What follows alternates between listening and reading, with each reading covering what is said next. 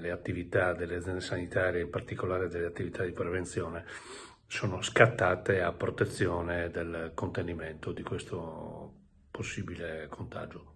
È scattato dalla mattina in un allevamento di tacchini di San Giorgio di Nogaro il piano anti-aviaria messo in atto dal servizio di prevenzione della regione. Il sito è stato immediatamente isolato e sono stati attivati tempestivamente tutti i protocolli previsti, compreso l'abbattimento degli animali. Si parla di 25.000 capi.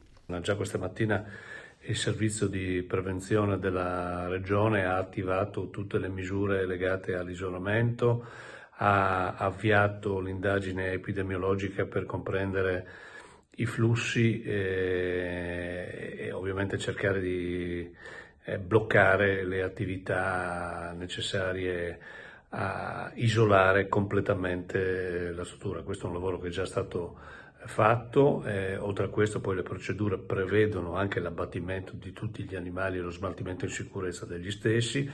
La presenza dell'influenza aviaria non è rara sul territorio nazionale, è contagiosa e letale soprattutto negli animali, solo in una mutazione può risultare pericolosa per l'uomo. L'influenza aviaria è una misura che è contagiata da uccelli selvatici, è un virus contagioso e letale in particolare per gli animali, quindi è una misura non rara sul territorio nazionale, quindi è importante concentrare le attività affinché questo non possa essere diffuso.